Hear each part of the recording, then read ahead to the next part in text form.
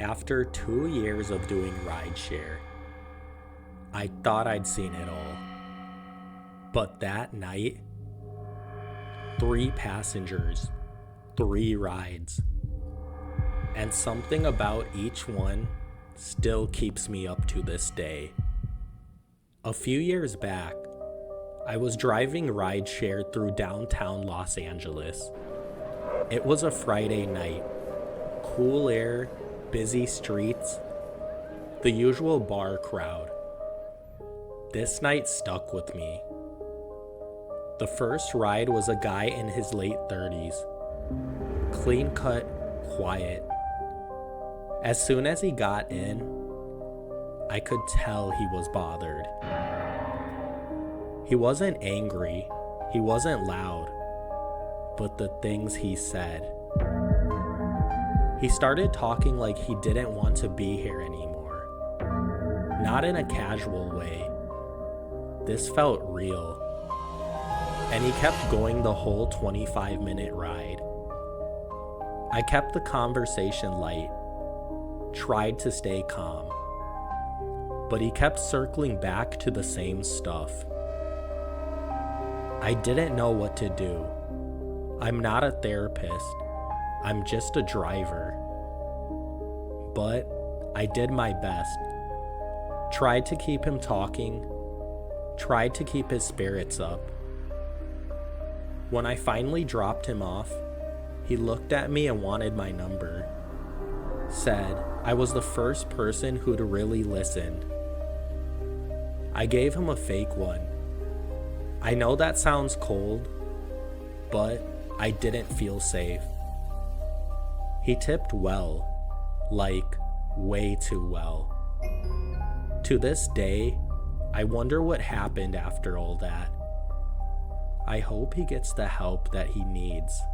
I really do. But that wasn't even the strangest part of the night. My next ride was a guy and a super drunk woman. The ride was under the man's name, and he looked totally sober.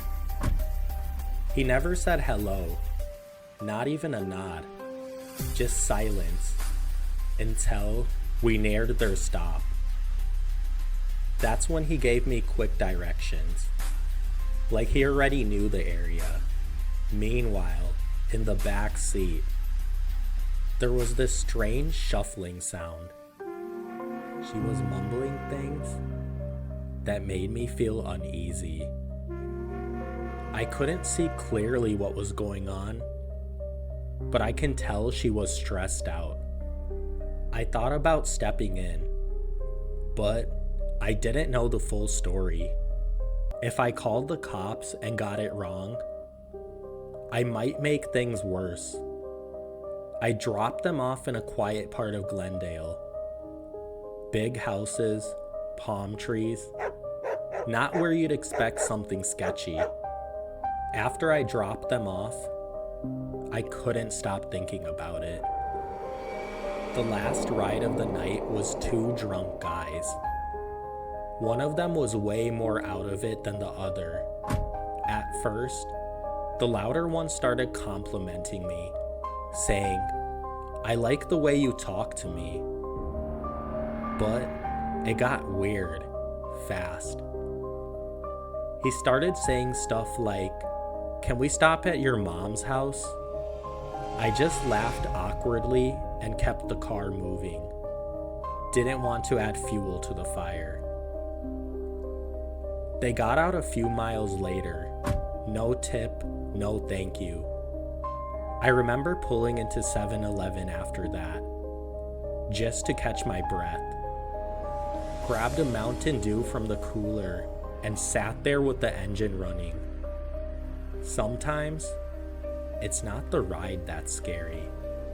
It's the people you're locked in with. And out here in the US, in the backseat of a car, anything can happen. I've had my fair share of late night rideshare pickups, but this one, She'd walked out of a quiet apartment complex with no bags, just tears in her eyes. And the moment she sat down, I knew something was wrong. By the time I learned the truth, it was already too late to forget it. It happened a couple of years ago, right between San Diego and L.A. County, California. I was driving late one night, doing rideshare like I usually did to make extra cash. A ping came through. Pickup at an apartment complex near East L.A. When I pulled up, a young girl walked out fast, eyes puffy like she'd been crying for hours. She didn't say much at first, just climbed in and gave me the address. I knew something was wrong. I've seen a lot out here, but this wasn't just someone having a bad night. The further we drove, the more she fell apart. Breathing hard, hands shaking, tears streaming. I finally said, "Hey, are you okay? Are you going somewhere safe?" She hesitated, then started talking. What she told me still haunts me. She said her mom had bars on her bedroom window, not to keep people out, but to keep her in. She used to sneak out through them just to breathe. She had done it again that night, to see her boyfriend, except he wasn't any better. She said he took her mom's side and treated her badly, and now she was scared to death to go back. She kept whispering how bad it would be this time, that going home would be even worse. It was like listening to someone drowning while still breathing. I pulled into a 24-hour dining parking lot right off the 5 freeway just to give her a minute.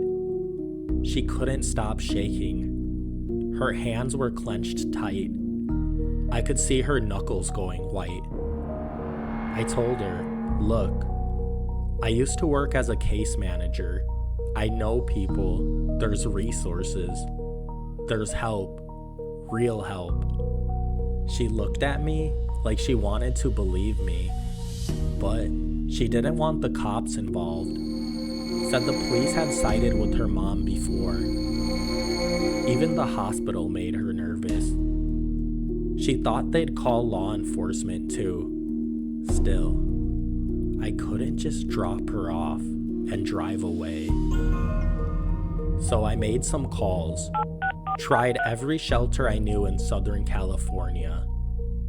All full or closed for the night. Every door felt locked. She was just sitting there in the passenger seat, a kid, stuck in a nightmare that she didn't choose. I thought about my own past, growing up in a rough home, never feeling safe. I knew that look in her eye. I used to see it in the mirror. So I drove her to the nearest hospital, just off Sunset Boulevard. Told her that I'd go in first. I walked straight to the head nurse and explained everything. She nodded and said they'd handle it. Quiet, safe. No cops unless they had to. I went back out to the car and told her. She didn't say much, just nodded and followed me in. That was the last time I saw her. I don't know what happened after that. I really hope she got out of that house. I hope she got a chance at something better. Something American kids should all have. A real shot at freedom, safety, peace. Because no one should have to survive like that. Especially not out here. This isn't just a story. This happens right here in our own neighborhoods, behind normal houses, behind locked bedroom doors. And sometimes, the scariest monsters don't live in the woods.